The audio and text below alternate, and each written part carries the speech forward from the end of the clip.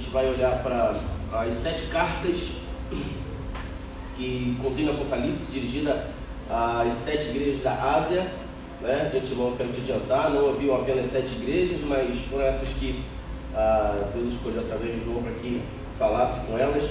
Eu quero olhar com você a primeira igreja, a primeira carta do livro de Apocalipse, no capítulo 2, do verso de número 1. Se puder, abra lá comigo. Apocalipse, capítulo 2, verso 1. Nós vamos ver até o 7.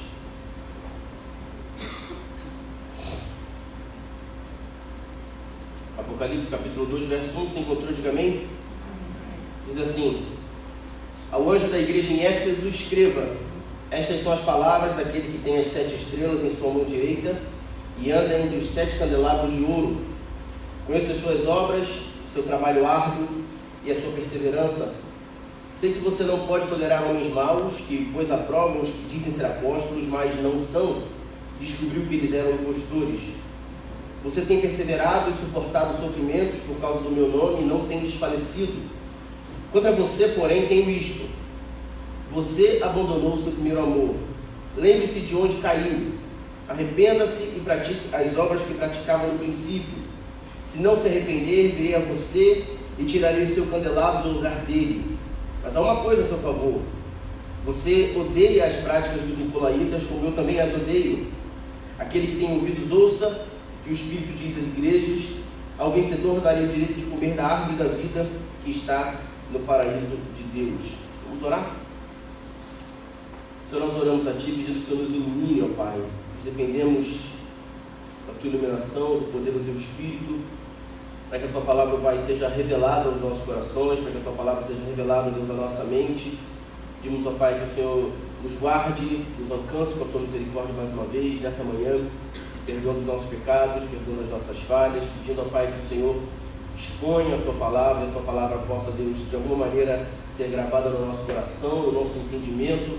Pedimos, ó Pai, que o Senhor fale conosco nessa manhã. Estamos aqui porque precisamos da Tua palavra, ela que nos alimenta, precisamos ouvir o que o Senhor tem a nos dizer, ó Pai, nessa manhã. Fala conosco, usa a Tua palavra nesse momento, ó Pai, que para nós é um momento tão importante, tão central no culto que prestamos ao Senhor, ó Pai.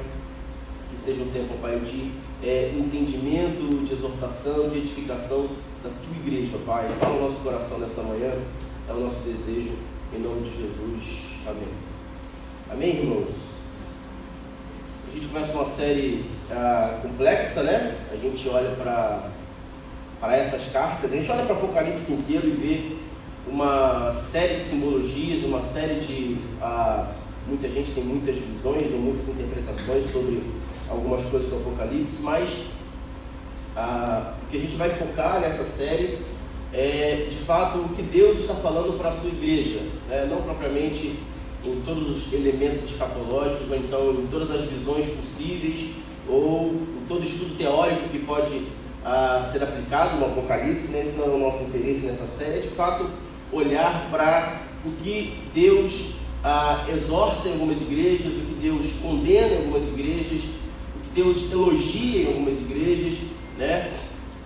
Para algumas dessas 7 igrejas, Deus, através de João, tece alguns elogios, para outras apenas críticas. Então a gente vai olhar com esse foco, né? Onde a gente olha para essas 7 cartas que Deus deu para a sua igreja, olhando, né, o que Deus está procurando na sua igreja, né? Que tipo de elementos, né, Deus aqui julgou ser importante para a sua igreja. Veja, essa série de mensagens, a gente vai olhar simplesmente para os capítulos 2 e 3 de Apocalipse.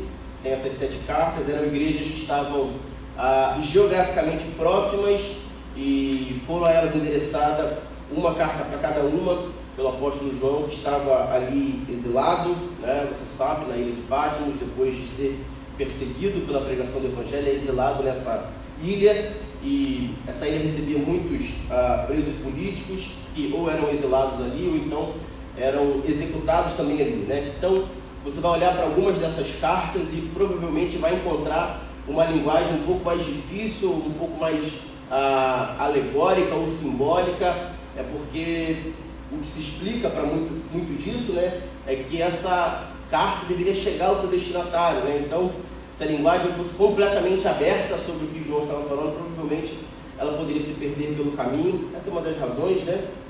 Esse livro que para nós é cheio de tantas interpretações, é cheio de tantas coisas que servem ao livro de Apocalipse, esse livro da revelação que João recebeu diretamente de Deus, a mensagem desse livro. Eu quero que você se atenha ao conteúdo dessas cartas. Como eu já disse, não eram apenas 7 igrejas naquela região, mas essas 7 igrejas, o número que representa a totalidade das igrejas de Cristo, toda a história.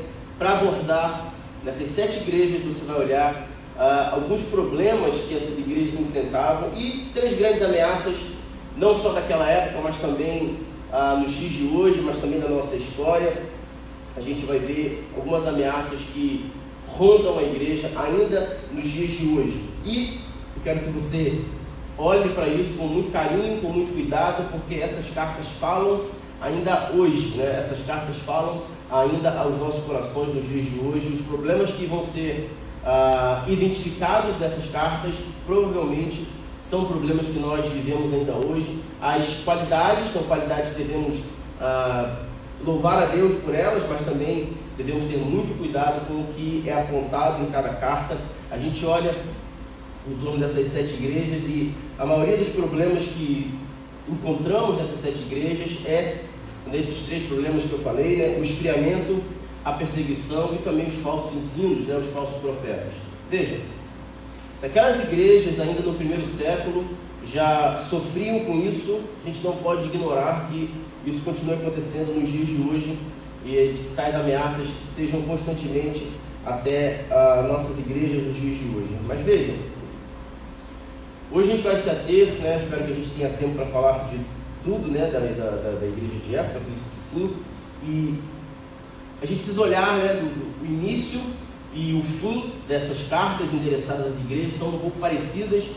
Inicialmente elas determinam quem está falando com a igreja, para quem ela está sendo endereçada, e no final sempre provavelmente a sentença, aquilo que pode acontecer caso aquela igreja não retorne ao caminho que Deus pediu. E veja, no início dessa carta aqui, no início desse capítulo que nós lemos, do capítulo 2, a gente vê uma igreja que enfrentava uma dessas ameaças. Deus tem alguns elogios para ela, né, algumas coisas que devem ser celebradas, mas uma coisa que a gente precisa deixar claro, provavelmente a gente vai deixar isso claro em toda a mensagem dessa série, é que Jesus se dirige à igreja não como alguém estranho, ele se dirige à igreja como o dono, ele se dirige à igreja como aquele que passeia na igreja, aquele que cuida da igreja, aquele que está na igreja. Então, no primeiro momento, a gente precisa tomar conta disso, né? Que ele se apresenta como o noivo, então ele tem competência para dar essa advertência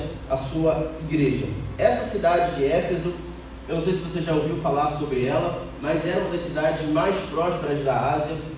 Provavelmente, se você fosse visitar uma outra cidade da Ásia, você deveria passar pela cidade de Éfeso. Todo o controle era feito nessa cidade, muita riqueza, muitos materiais preciosos que eram vendidos, muito da riqueza da Ásia Menor se concentrava na cidade de Éfeso. Então era uma cidade muito próspera, era metrópole, né? Era a cidade, sem dúvida, a cidade principal da Ásia. E de maneira impressionante, essa cidade foi fruto também de um grande avivamento, recebeu um grande avivamento. E era difícil, né, você ser cristão na cidade de Éfeso, porque ser cristão na cidade de Éfeso era ser perseguido, né? Lá estavam templos importantes onde muitas pessoas adoravam a outros deuses, né? As pessoas seguiam a religião do imperador. Então você ser cristão em Éfeso era assumir um grande problema para você. Você olhava para aquela cidade e ao mesmo tempo, com todas essas questões, muitos milagres acontecendo no meio das igrejas, mas também uma cidade extremamente pagã, né? Estava o templo lá da Diana, o templo de Artemis, inclusive depois você pode procurar, era uma das 7 maravilhas do mundo antigo. E veja, muitas conversões em massa acontecendo, as pessoas renunciando à fé nos deuses pagãos e queimando. Havia muito isso, muitas vezes nos finais de semana, as pessoas queimavam os seus livros de magia, os seus livros de encanto, queimavam os materiais de outras religiões em praça pública. Imagina, né? A cada sábado, a cada sexta-feira, você vê em várias praças, várias pessoas queimando várias coisas, livros de feitiçaria. Era algo que a cidade experimentava, né? De um lado, muito pagã, de outro lado, um avivamento muito grande. Por isso Deus escolhe essa igreja de Éfeso, que teve um início tão glorioso, mas poucas décadas depois, a sua condição é apontada nessa carta de maneira muito perigosa. Veja, por mais que uma igreja esteja atravessando uma difícil situação, uma perigosa situação, Jesus ainda é o responsável pela igreja. É muito importante que a gente coloque isso na nossa mente, porque por vezes a gente acredita que a igreja está dependente de alguma coisa. Às vezes a gente acredita que a igreja é dependente de alguém que faz uma quantia grande financeira mensalmente para a igreja. Se essa família ou se esse irmão não estiver mais aqui, a igreja provavelmente vai passar dificuldades. Se você lê o Apocalipse, você vai perceber que o lugar da igreja é nas dificuldades, é passando pelo deserto. Então a igreja não depende desse tipo de pessoa. E outras vezes a gente pode acreditar, poxa, mas a igreja aqui não indica um candidato, ela não tem um político para resolver as suas questões quando ela precisa. A igreja não é dependente dessa situação. Por mais que oremos pelas autoridades, por mais que queremos que a cidade vá bem, independente do partido, independente do candidato, queremos que o país avance, independente de qualquer pessoa que esteja ocupando o poder. Se está lá, ele tem uma autoridade delegada por Deus. Aprenda isso, cuidado com isso, para que você não esteja em troca da sua ideologia ou em troca das suas crenças políticas, indo contra uma autoridade que nós sabemos que sempre é estabelecida por Deus, e se não for mais, Deus o tirará de lá, seja ele em qualquer posto que estiver. Então, Deus olha para a sua igreja e cuida da sua igreja, de maneira que a igreja não depende de nada para sobreviver. Por mais que você nos ouça aqui falar, né, que precisamos de recursos, que as contas da igreja são pagas com recursos, nós estamos fazendo o nosso papel, mas nós sabemos que quem sustenta a igreja é o Senhor. De que maneira? Ele sustenta a sua vida, Ele sustenta a sua casa, Ele sustenta o seu emprego, as suas fontes materiais, e os cristãos são levados a sustentar a igreja do Senhor. De outra maneira, também a gente acredita que muitas vezes a igreja depende de um líder, depende de um cara que é super carismático, de uma pessoa que tem uma boa retórica, fala muito bem, ou prega muito bem, ou então ele é um bom líder, ele é um paizão no meio da igreja. Não, meu Deus, a igreja sem essa pessoa jamais, essa igreja não vai continuar. A igreja vai continuar porque é o Senhor quem cuida da sua igreja, é o Senhor quem sustenta a igreja. É isso que ele está querendo dizer nesses primeiro e segundo versículo do capítulo 2. A igreja, meus irmãos, ela sempre continuará, é um organismo vivo que não depende. Quando uma igreja fecha, ela não fecha por causa de ninguém, ela não fecha porque faltou recursos, ou porque aquele líder saiu, ou porque aquele irmão endinheirado saiu, ou porque um político decidiu fechar. Não, ela fecha porque Deus mandou fechar. A igreja de Éfeso recebe essa carta e a gente vê o cuidado de Jesus por aquela igreja, dizendo que é Ele que mantém em suas mãos aquela igreja. Você vê muito falar sobre candelabro, né? Vou remover a sua luz, vou remover. Você fala, que isso? A igreja está segurando vela, né? Por isso que muita igreja, às vezes, tem aquele candelabro lá atrás, né? Não, aqui são as 7 igrejas, isso aqui. Não tem nada com isso, né? Só a única explicação para isso é de que a igreja ela não tem luz própria, né? Se Deus remover a luz, acabou. Se Deus remover, né, aquilo que a gente aponta para Cristo, acabou, a igreja não existe mais. Ela pode continuar existindo, mas não é mais uma igreja do Senhor, nunca mais será, se Deus assim não quiser. Tá certo? E veja, ele diz que mantém na sua mão aquelas igrejas e dirige uma mensagem diretamente aos líderes, né? Veja, isso aqui é muito complexo, né? Porque Deus denomina o pastor, né, os líderes daquela igreja, como os anjos da igreja, e isso parece que muita gente hoje acha isso, né? Que ele é o anjo da igreja. Vou beber uma água aqui, que essa parte é tensa. Veja, sem dúvida, o que a gente vê nessa carta é que ela está sendo endereçada aos responsáveis dessa igreja. Se você olha, né, para terminologia ou para o que é de fato o anjo, é aquele que está servindo diretamente a Deus, aquele que está incumbido de um serviço que Deus está lhe dando. Quando anjos foram afastados do céu, é porque eles não prestavam mais esse serviço. Então, muita gente olha para essa terminologia, muitos líderes, evidentemente, olham para essa terminologia e dizem, não, eu sou o anjo da igreja, né? O que eu falar aqui está falando, não é o que você falar, você está só servindo a Deus, de uma maneira que se você não estiver fazendo mais isso, você vai ser afastado, né? Você vai ser retirado, você vai ser, sei lá, né? Não sei, pode sair, pode sumir, né? Deus pode rodar você, né? Pode levantar você, e de outra maneira, as pessoas também que estão na igreja acreditam que os líderes são verdadeiros anjos, né? Nada se pode, não se pode discutir o que eles falam, não se pode acreditar que tenham nenhuma discussão, a sua palavra é lei. Não é, né? A única palavra que era lei era a palavra dos 12 apóstolos, né?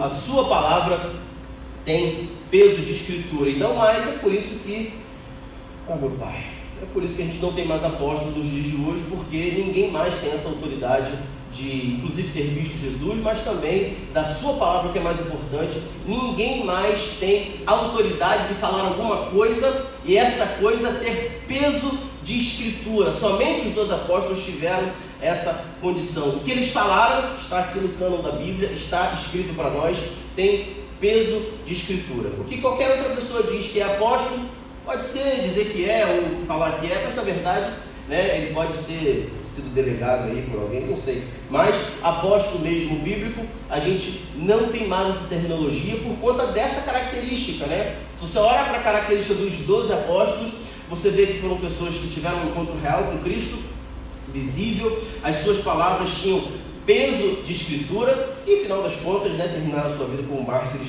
o que não é o caso desses apóstolos que vão terminar, muita gente vai terminar vivo, né? Veja, a primeira lição que a gente olha dessa carta é que os pastores são responsáveis para comunicar e liderar a igreja. Por isso que eles são chamados de meio que anjos da igreja, mas são os responsáveis. Olha, no meio do serviço, vocês estão aí com essa missão de liderar a igreja. Mas a igreja pertence exclusivamente a Cristo. Você, né, a gente está aqui num contexto de que uma igreja que é nova e começou e foi plantada por alguém. Todas as igrejas foram plantadas por alguém, obviamente, né? Mas não existe senso de propriedade, né? Não pode haver senso de propriedade.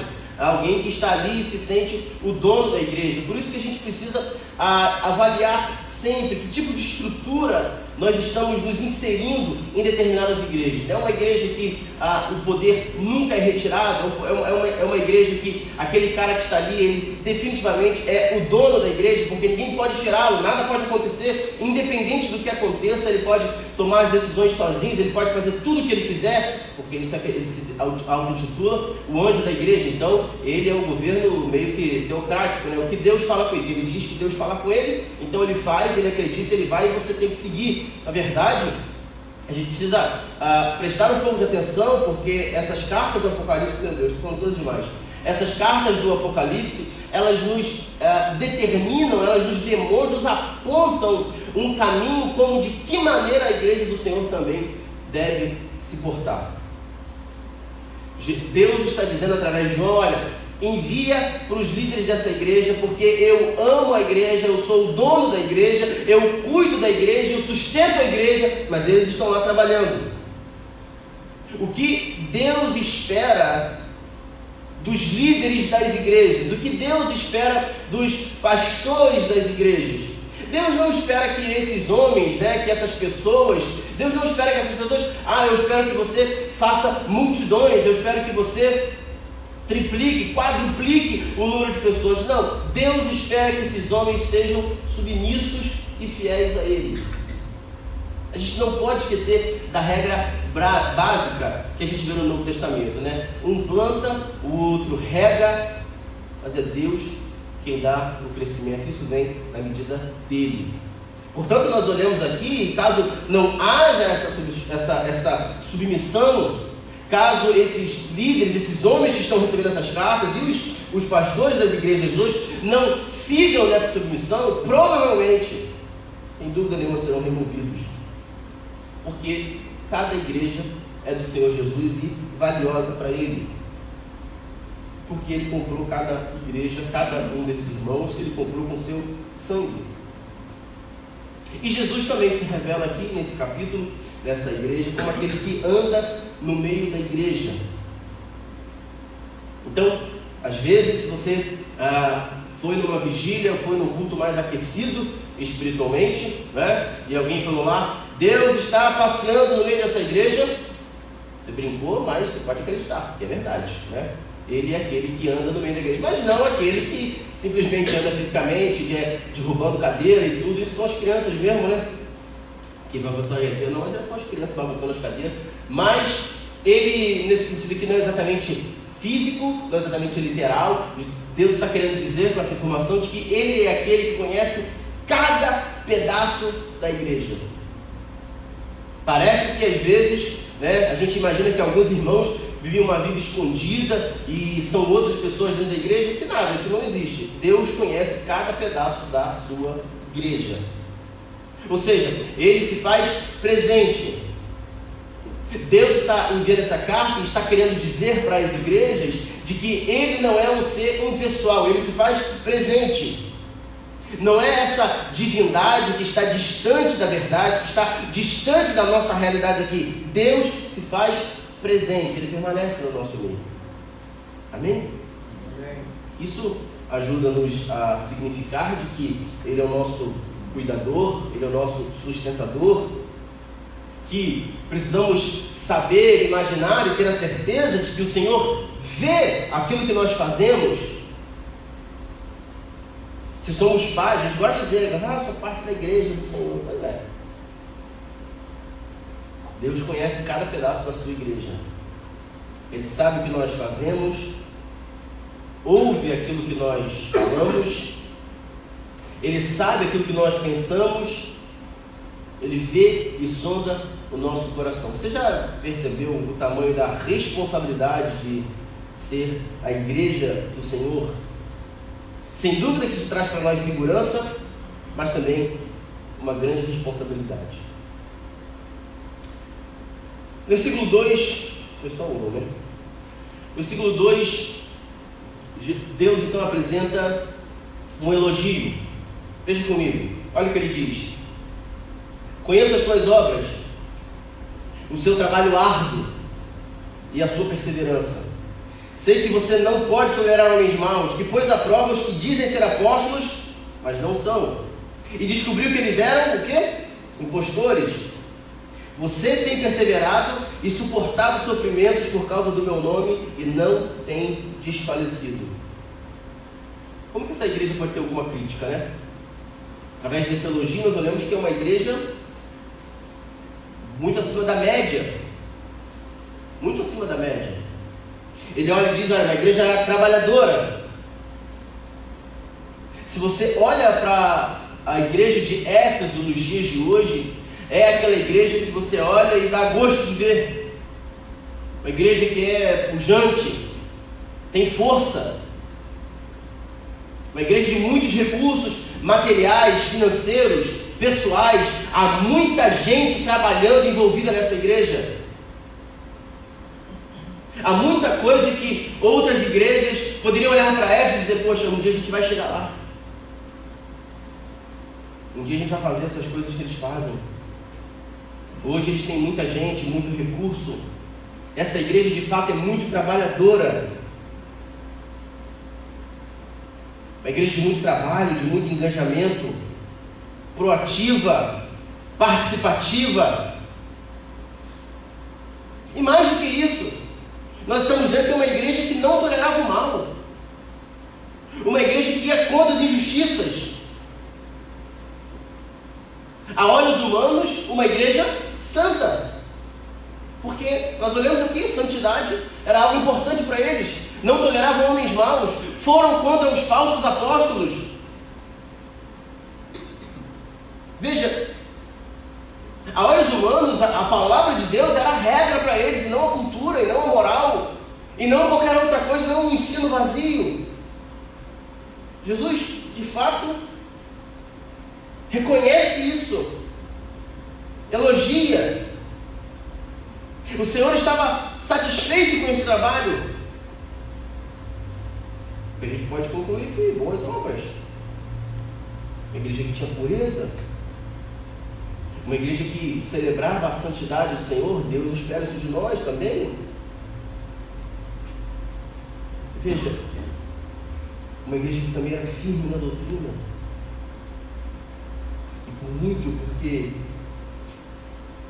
na Bíblia nós olhamos de que trabalho desassociado de algumas coisas não servem para Deus.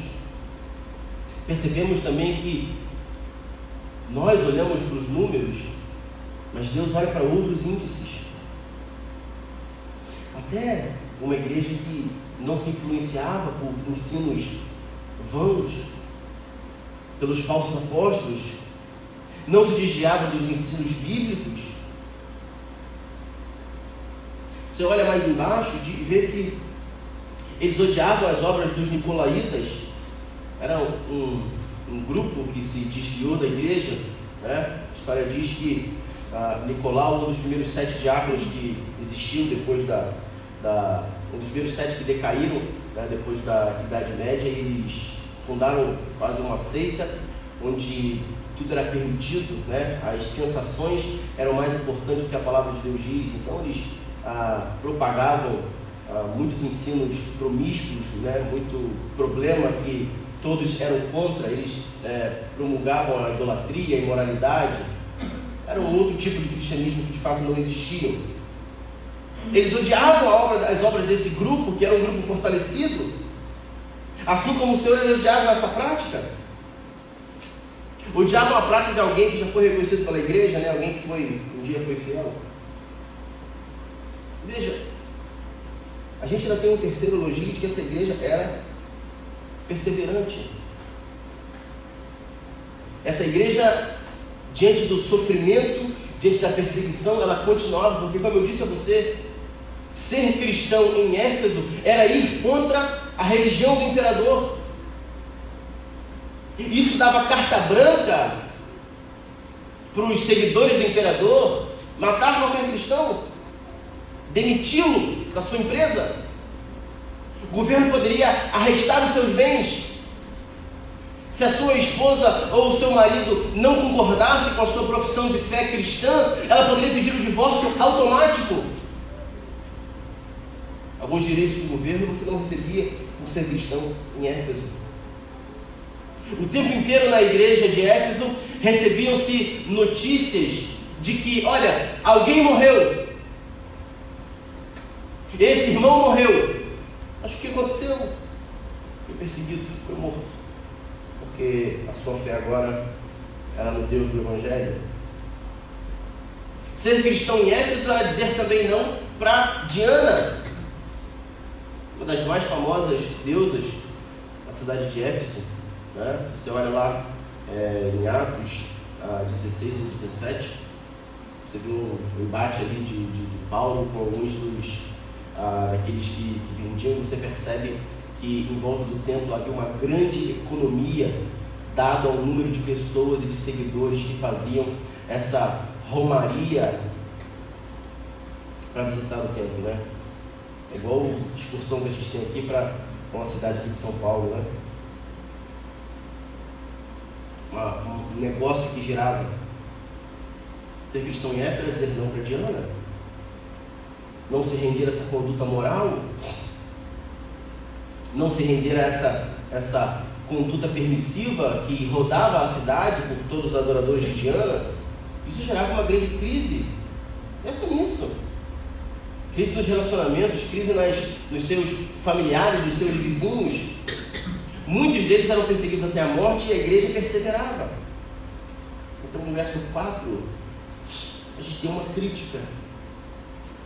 Qual era o problema dessa igreja? Que até agora parece que tem um cuidado especial. Essa essa igreja que era implacável contra os hereges, que mantinha a sua doutrina viva, uma igreja que era ativa, que era engajada, que trabalhava, uma igreja que tinha força numérica, que tinha força nos seus recursos. Verso 4, então a gente tem uma crítica do Senhor. Veja, contra você, porém, tem isto: você abandonou o seu primeiro amor. Tem algo contra. Você deixou o seu primeiro amor. Engraçado que há alguns institutos na Bíblia, né, algumas palavras na Bíblia que sempre nos remetem a ensinos que a gente recebeu, às vezes, quando era criança. Então, quando a gente fala, às vezes, evangelho, graça, quando a gente fala perdão, quase todo mundo tem um dicionário na cabeça, né, uma descrição do que aquilo é. E aquele é o conceito dela. Esse é o meu conceito sobre isso, sobre aquilo. E por muitas vezes, quando a gente fala de primeiro amor, quase 80% das pessoas, o conceito que aparece na sua mente na hora é aquele amor quando ele se converteu. Ah, primeiro amor é aquilo. Não vou voltar nunca mais naquilo. Primeiro que você envelheceu, você amadureceu, você aprendeu coisas novas. E muita gente confunde primeiro amor, muita gente até se frustra acreditando que nunca vai voltar a esse primeiro amor. É claro que há uma essência do primeiro amor que a gente conhece, assim quando a gente se converte, assim quando a gente se volta para a fé em Cristo Jesus, há ali uma essência, mas não é exatamente tudo aquilo que a gente sentia, há uma essência ali. E talvez uma dica que vai te ajudar a ter um conceito melhor sobre primeiro amor, não é minha pretensão te dar um conceito melhor, mas eu acho que pode te ajudar de alguma maneira a fazer você pensar um pouco melhor sobre o que seja primeiro amor, só se você inverter as palavras. Porque primeiro amor, o sentido do primeiro amor que é falado nesse texto aqui, é sobre o amor que vem primeiro. E aí a gente aprende que na igreja, na vida cristã, simplesmente o que você faz não é o mais importante. Mas Deus aqui está, através de Jesus Cristo, celebrando a motivação pelo qual você faz. Porque aquela igreja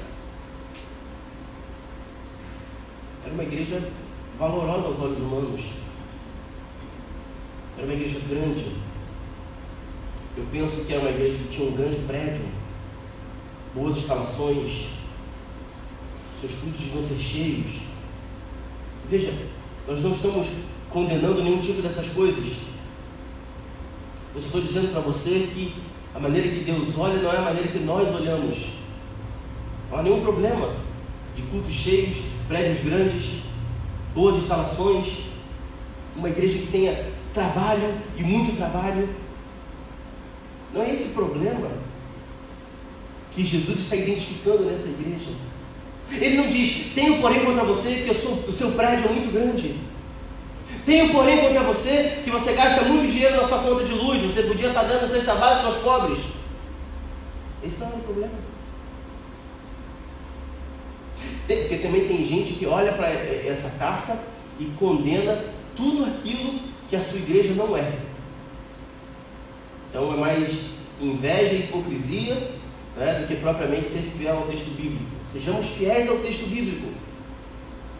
O problema que Cristo aponta é que eles perderam o primeiro amor, o amor que vem primeiro. E como pode uma igreja que ter esse problema, uma igreja que colocava sempre as coisas de Deus em primeiro lugar? Mas veja, esse é um problema que não é um problema que Jesus não vai te mandar aqui uma cartinha, aí você pede desculpa e está tudo certo.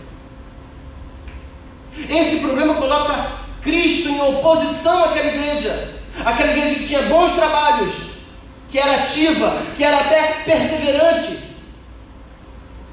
No final das contas, Cristo estava em oposição, Cristo estava contra essa igreja. Não, nada pior do que não ter Cristo a favor dessa igreja. Cristo estava contra. Veja, resumindo, era um compromisso religioso forte. Aquela igreja tinha uma conduta ética exemplar. Aquela igreja tinha uma compreensão profunda das Escrituras.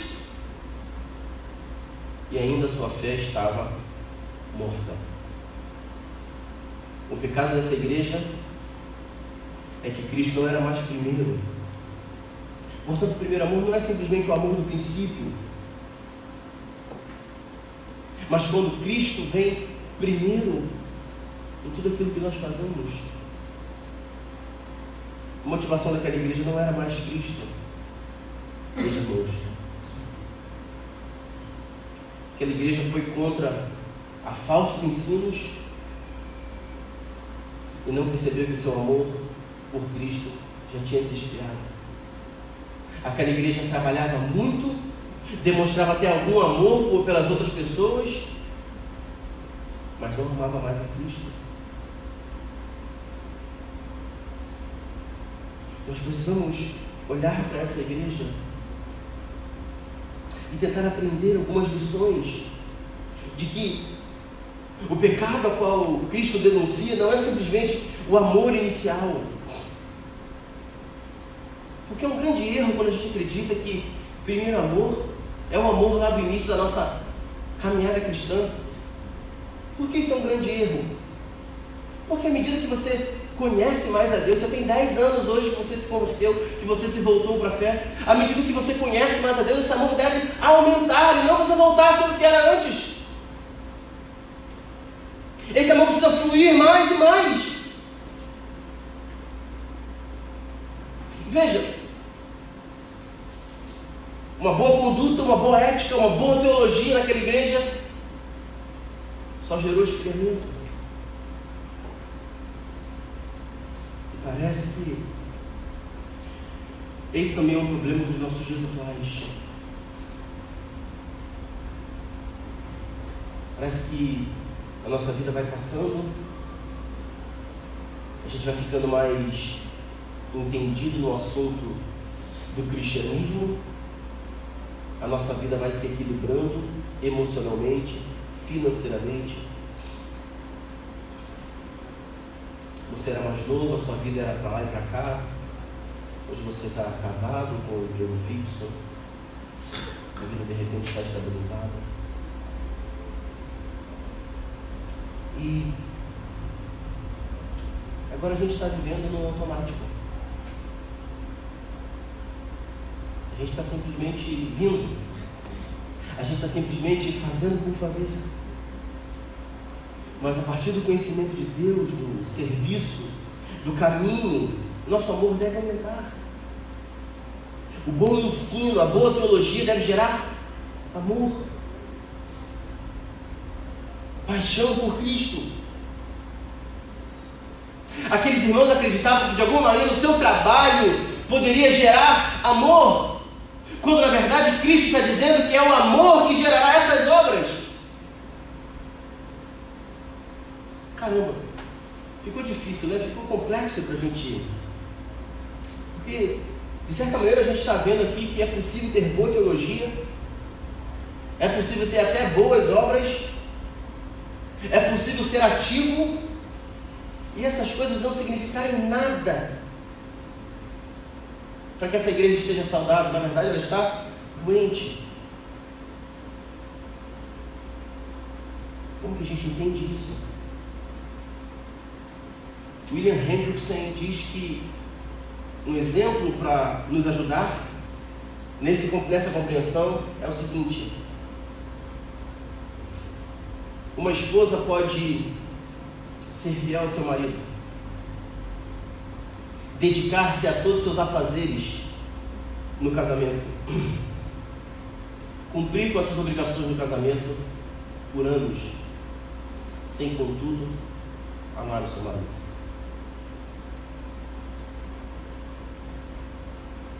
É a realidade de muita gente dentro da igreja. Aparentemente fiel, aparentemente compreende o que é falado, concorda com o que é pregado, cumpre as suas escalas, cumpre o seu serviço, mas é só. Já não ama Cristo há muito tempo. Perceba, os pontos positivos dessa igreja não a absolveram. Jesus elenca os pontos positivos e diz: tenho contra você. Veja, irmãos, não era qualquer igreja em qualquer cidade. Era uma igreja que possuía muitos pontos positivos. Mas uma coisa apenas, que para Cristo era mais importante: o amor. Foi suficiente para que Cristo estivesse contra aquela igreja. Portanto, irmãos, a gente também não pode assumir o outro lado e dizer: está vendo, nós não podemos fazer essas coisas, não podemos ser uma igreja de atividades, não podemos ser uma igreja assim ou assado, porque olha lá, olha o que está dizendo lá. Não, veja, Jesus não estava dizendo que os pontos negativos não deveriam estar acontecendo. Jesus está dizendo que esses pontos positivos sem amor não valem de nada.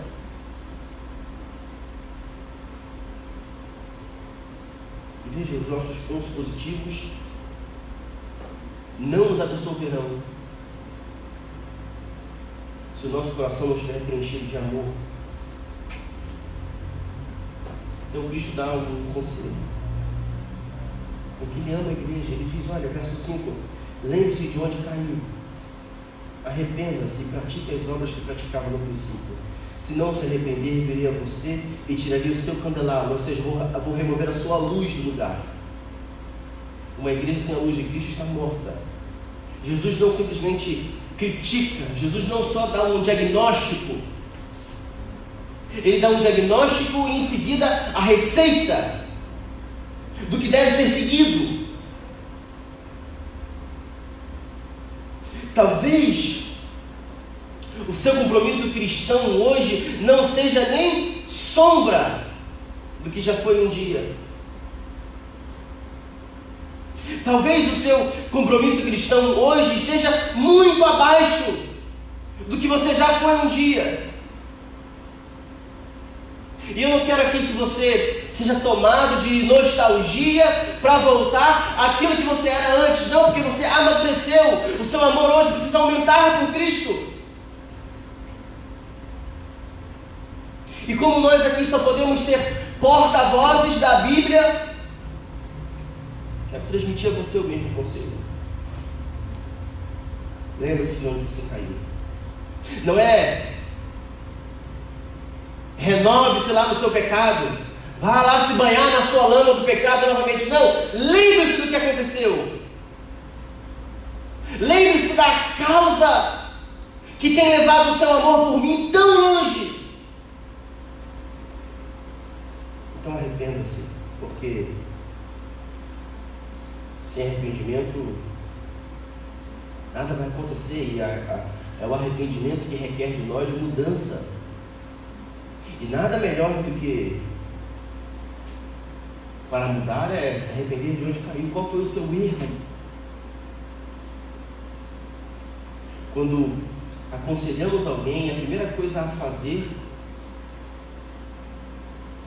é ouvir e identificar: aqui foi o seu erro. Portanto, reconte a sua história a você mesmo e identifique onde você errou.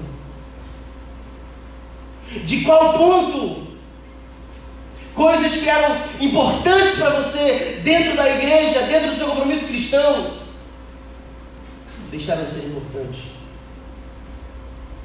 Encontre a raiz do problema. E veja,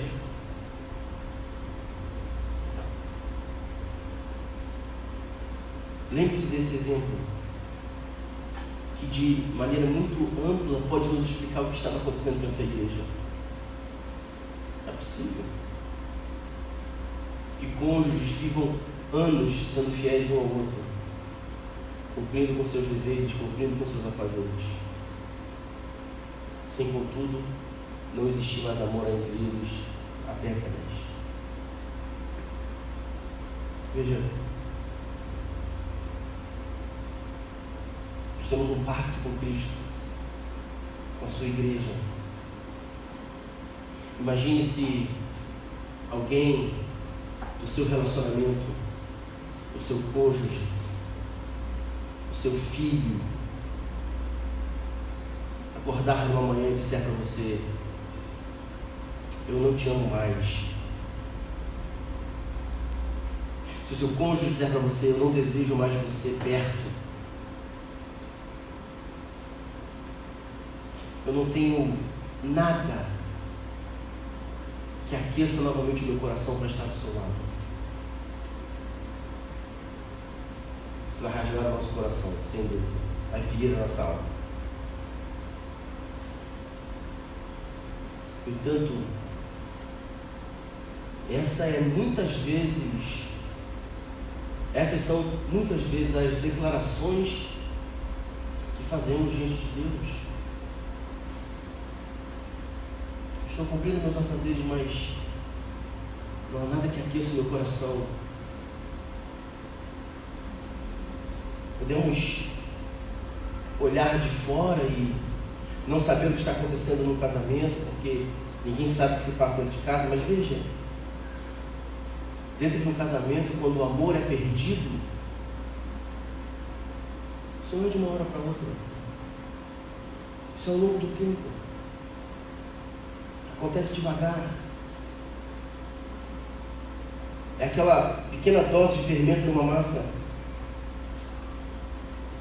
A gente pode até não perceber o que está acontecendo, mas uma corrosão está destruindo aos poucos. E é isso que acontece na igreja do primeiro século, na cidade de Éfeso. Aparentemente, as coisas eram boas, mas elas estavam se corroendo por dentro. Os olhares humanos para aquela igreja estavam enganados, porque o Senhor que andava entre eles sabia. Como muitas igrejas estão fazendo muitas coisas boas, mas é o Senhor que conhece a sua igreja. E a gente costuma dividir a igreja em igreja grande e igreja pequena. Quando alguém pergunta sobre a sua igreja, a gente fala: uma igreja sim, mas é pequena, uma igreja sim, mas a igreja é muito grande. E se você olha para a Bíblia, Deus divide a igreja em duas classes apenas: igrejas saudáveis e igrejas doentes. Éfeso era uma igreja pujante, numerosa aos olhos humanos. Seus eventos arrebanhavam pessoas, motivavam os crentes, mas Jesus conhece a sua igreja. De alguma forma negligenciaram e perderam a coisa mais importante: o amor a Cristo e o Evangelho.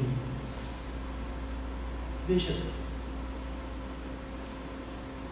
em Mateus você tem um resumo do que Deus deseja de nós. Mateus 22:37, que diz: ame o Senhor, o seu Deus, de todo o seu coração, de toda a sua alma, de todo o seu entendimento. E a gente está procurando tanta coisa nova para fazer. Ame o Senhor, o seu Deus, de todo o seu coração, de toda a sua alma e de todo o seu entendimento. Esse é o amor que vem primeiro. Deus já requer de nós aquilo que de fato é razoável. Deus requer de nós aquilo que eu e você esperamos sinceramente das nossas relações: o amor. O que Deus espera de nós e da sua igreja é que nós o amemos de todo o coração. A condição da igreja de Éfeso era crítica, mas essa igreja não estava sem esperança, porque o Cristo que os amou, o Cristo que os libertou, lavando-os dos seus pecados, esse Cristo estava lá para curar aquela igreja, se de fato eles quisessem ouvir. Porque senão também havia uma sentença. Eu vou aí, eu vou remover a sua luz. Será que há igrejas hoje que Deus já removeu o seu candelabro? Que Deus removeu deles a sua luz? E hoje eles estão só existindo? É provável que sim. Mas Deus, esse que demonstra o seu amor, entregando Cristo por nós, entregando Cristo para ser amado na sua igreja, para ser louvado na sua igreja. Esse Deus que demonstrou tamanho amor por nós. E se você quer identificar se há na sua vida o amor que vem primeiro, uma das primeiras coisas que você precisa fazer é identificar como nós temos demonstrado o nosso amor por Ele.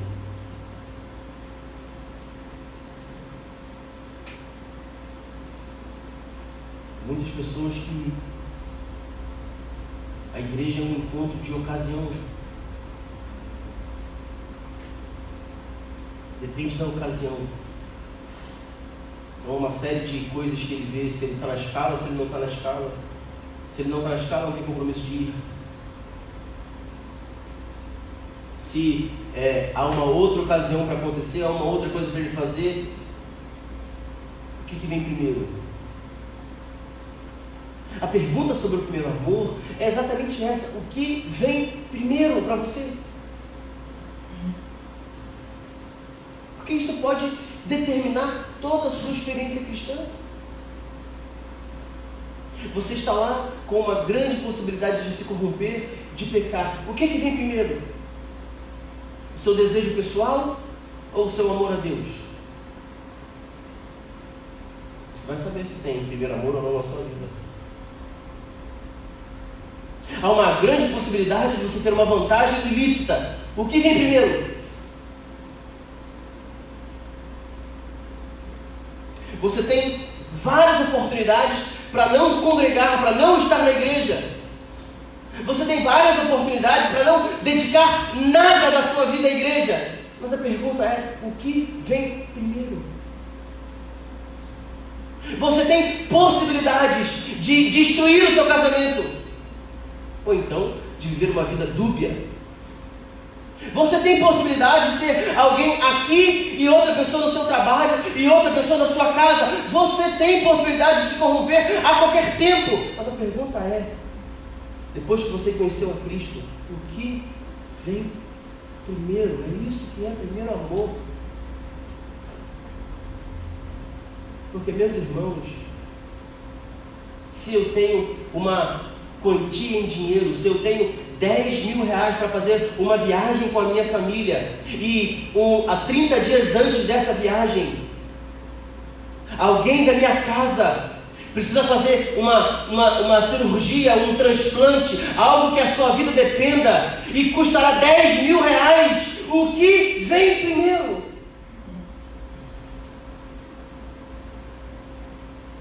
Você tem possibilidades na sua vida, muitas.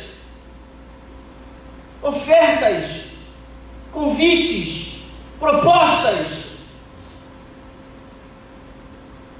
E nem sempre o que vem primeiro é Cristo.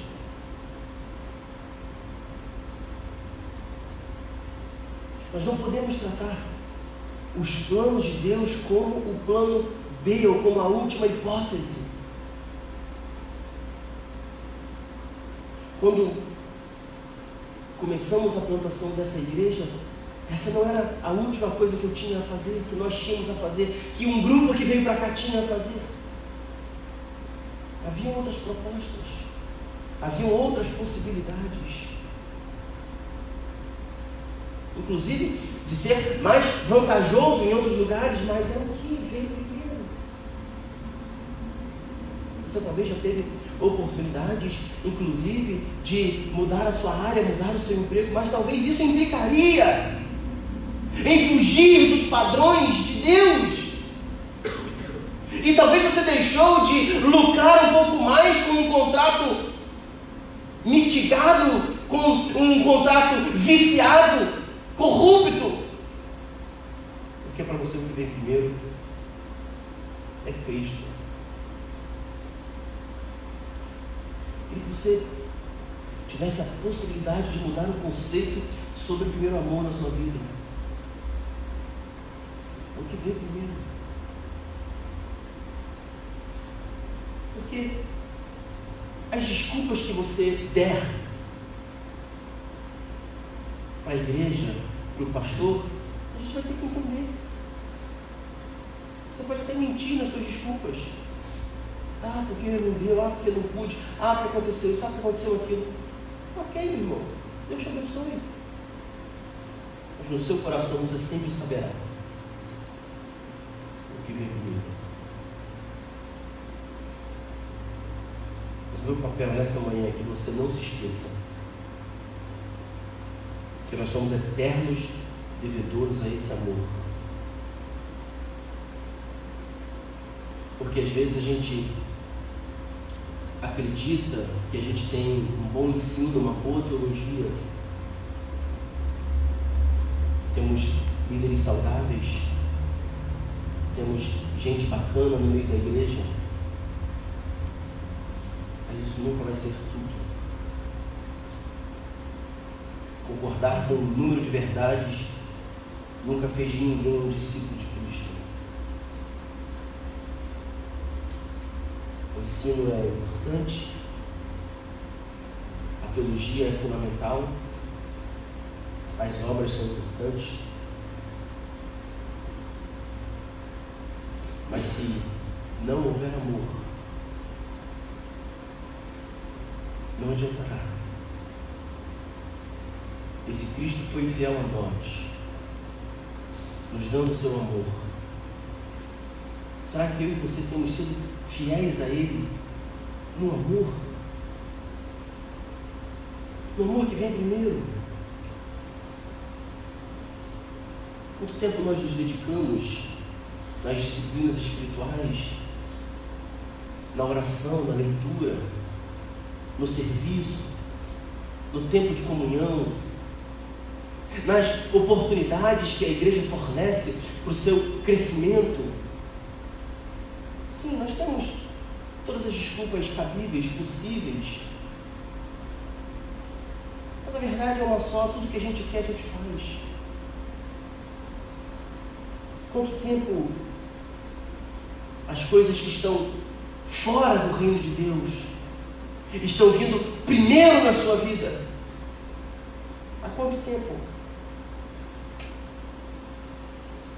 Há quanto tempo que valorizar o reino de Deus já não é mais uma prioridade para nós? A gente entrega o tempo que sobra. Ou talvez você está repleto de atividades dentro da igreja, repleto de frequência, mas perdeu o amor que vem primeiro. E o amor que vem primeiro determinará o seu maior valor. Por vezes a gente troca a presença de Deus, o serviço a Deus, o tempo com Deus por qualquer outra coisa. Deus então não é mais o nosso maior valor. A gente pode até ter uma boa performance, mas performance, a Deus sem amor não é culto, aí é show, é outra coisa. Deus não quer show.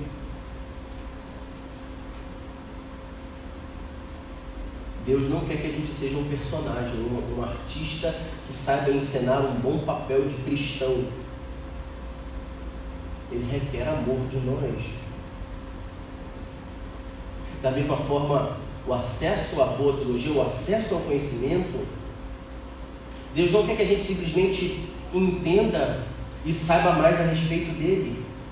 Ele quer que nós o conheçamos mais para que nós o amemos ainda mais. Quanto tempo, irmãos, algumas verdades do Evangelho já não nos comovem mais? Há quanto tempo verdades que eu e você já sabemos que estão na Bíblia já não mexem mais com o nosso coração.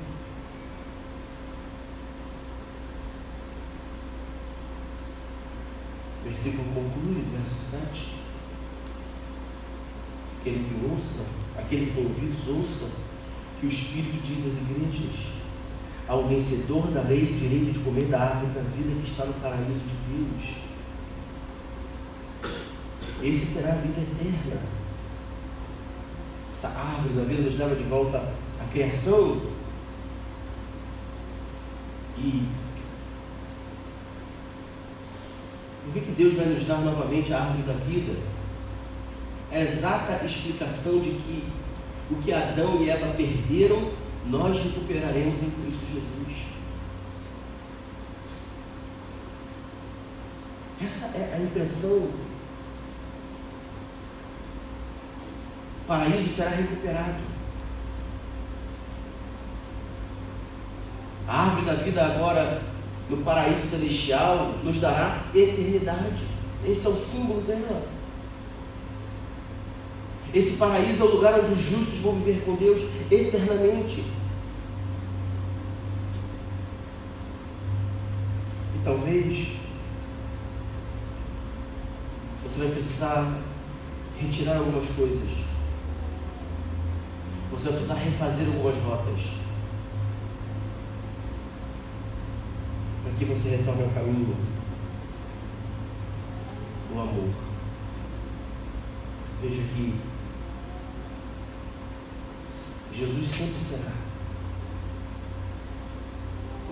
Jesus sempre será aquele que cuida da sua igreja. Ele está cuidando de nós nessa manhã. O que mais ocupa seus pensamentos? Provavelmente é o que você ama. O que mais ocupa as suas conversas, o que mais ocupa as suas palavras, do que você mais fala, provavelmente é o que você mais ama. O que mais está empolgando os seus dias de vida, talvez, é aquilo que está plantado no seu coração. Veja onde você mais tem investido seu tempo, onde mais você tem investido os dias da sua vida, aí está o seu amor. Minha oração por você, a oração também por mim mesmo, que a resposta para essas perguntas seja sempre Jesus. Seja ocupando os nossos pensamentos, as nossas palavras, o nosso coração, os nossos dias, porque nós não queremos cair no mesmo erro de Éfeso. Uma boa aparência, porém sem amor nenhum por Cristo. Amém? Vamos orar. Senhor, nós oramos a Ti, ó Pai, e colocamos a nossa vida diante do Senhor, ó Pai. Sonda o nosso coração, ó Deus. Vê se em nós algum caminho mau. Guia-nos, ó Pai, pelo caminho do Teu amor, pelo caminho eterno. Perdoa-nos, ó Pai, quando buscamos mais a aparência do que o amor ao Senhor. Perdoa-nos, ó Pai, quando esquecemos que aquilo que nós exteriorizamos será resultado do que o nosso coração é.